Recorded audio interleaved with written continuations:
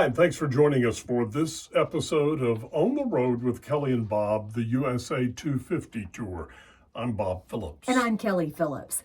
As we travel around our country celebrating its 250th birthday, we've been learning a lot of things we did not know about the different people and places we've been visiting. But then we've also been learning a lot about things we thought we already knew. For example, everybody knows the state of Maine is famous for its lobster. But did you know just how deep that story really is? Well, we found out when we visited the Maritime Museum in the town of Bath. When you're eating lobster in Maine, you know that you're getting it the freshest possible. You can get lobster at a steakhouse in Texas probably, but you're probably going to be paying more for it, and it's probably not going to be nearly as fresh as it would be if you were here. We have these lobster pounds where you're literally on the pier where the boats are coming in, and then you're just eating it. It's really an incredible experience to enjoy a Maine lobster here, right here on the water. That's Amanda Plow. She's the marketing and communications manager at the Maine Maritime Museum. Amanda was born and raised in this state and might just be its biggest proponent, for sure. Amanda loves Maine. But what were we talking about? You mentioned lobster. Mm-hmm. Lobster. Or lobster. Yeah. How do you say it? Well, I say lobster, but you can also say lobster. Lobster. Okay. So, or chowder. You have some chowder, some lobster. Okay. Tell us about the importance of that, because those of us from other places, especially the farther away from Maine that you get, we revere Maine lobster. So tell us about the importance of that to this state. So lobster is hugely important to Maine. It's both part of our working waterfront. We do have fishermen who are actively making a living fishing for lobster.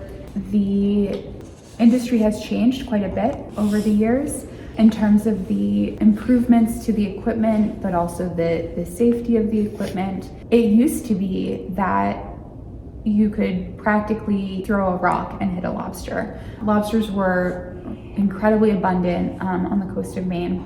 There is an urban legend that there's a note in the Maine law that prisoners in Maine are not allowed to eat lobster more than once a week.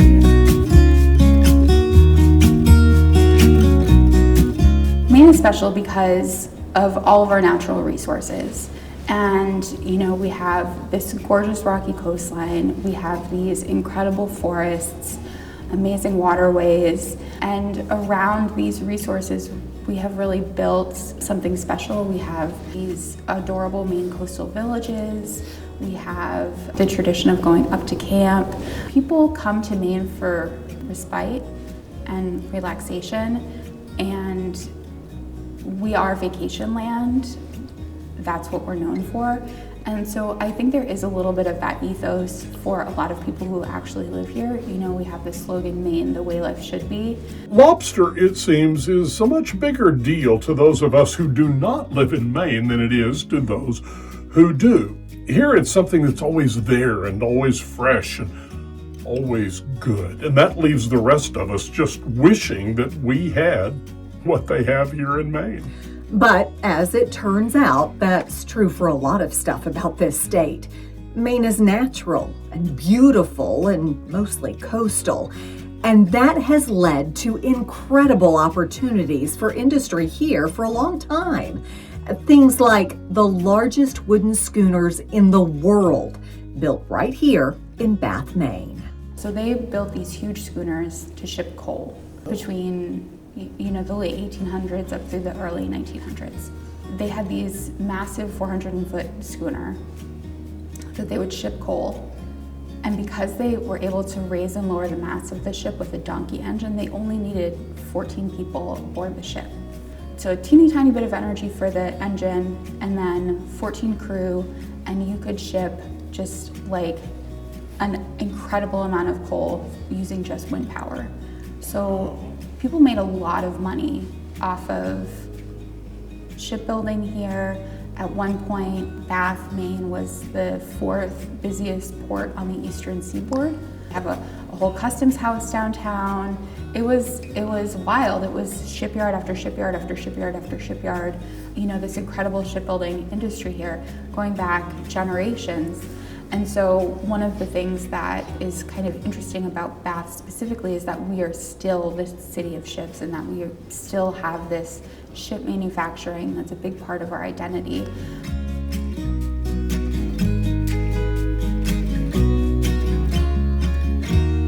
Bath, Maine is a contrast in culture, and it works beautifully.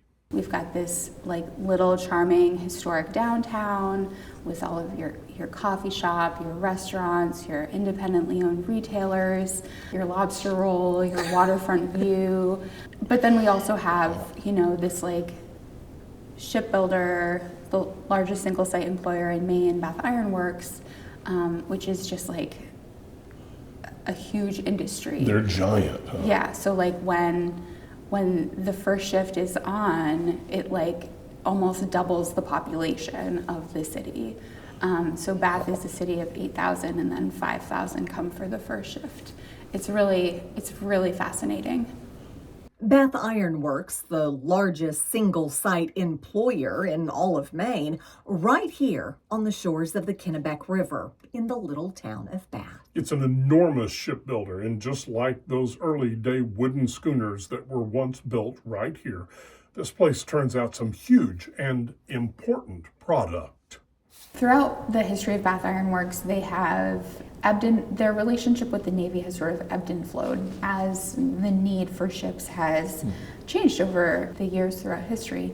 A lot of manufacturing during World War I, a lot of manufacturing during World War II, and maybe sometimes in between then that was maybe a little bit slower. And that's when they would take on a luxury yacht for the JP Morgan family or something like that. Like they were just doing work for hire, and they would just build whatever they could for whoever wanted it. Primarily, though, they build big ships, right? Primarily big ships. So I believe in the 90s, General Dynamics acquired Bath Iron Works, and they have been exclusively building for the Navy since then. So they are right now building Arleigh Burke class destroyers, which are essentially gunships that go out to protect the aircraft carriers. They may go out on their own missions. They're literally building our Navy right outside my window.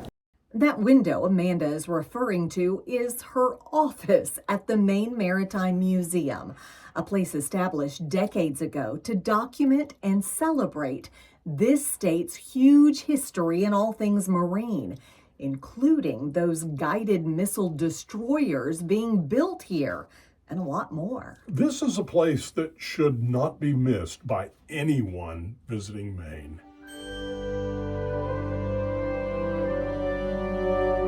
Here at Maine Maritime Museum, we have a number of different exhibits that are available to see year-round. Currently, we have Victorian Shipbuilder's Home, so it's a house museum on site where you can go in and see how family was living. The shipyard owners, we have original items from the family, furniture, paintings, etc. Right now we're here in the Builders Gallery where we're surrounded by ship portraits and ship models and elements of shipbuilding. You can go meet a blacksmith and see a blacksmith demonstration. You can take a walking tour and learn the history of the Porcelain Small Shipyard. We have Into the Lantern, a lighthouse experience, which is our permanent exhibit with an original Fresnel lens. We have a lobstering exhibit dedicated to Maine's most iconic food. We have the Snow Squall, which is the recovered hull of a clipper ship. And it's just like a historic shipwreck that we have. So Maine is such a special place because of our natural resources and because we've been able to maintain so many of those natural resources. We still have forests, we still have these gorgeous waterways, and through a number of different avenues, they have become a core part of Maine's identity.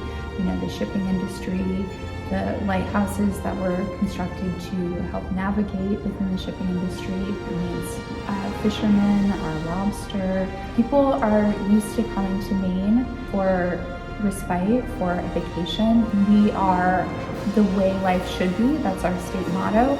And in a lot of ways it really is. This is a really special place with its quirks and its gemstones, and it's just a really wonderful place to be.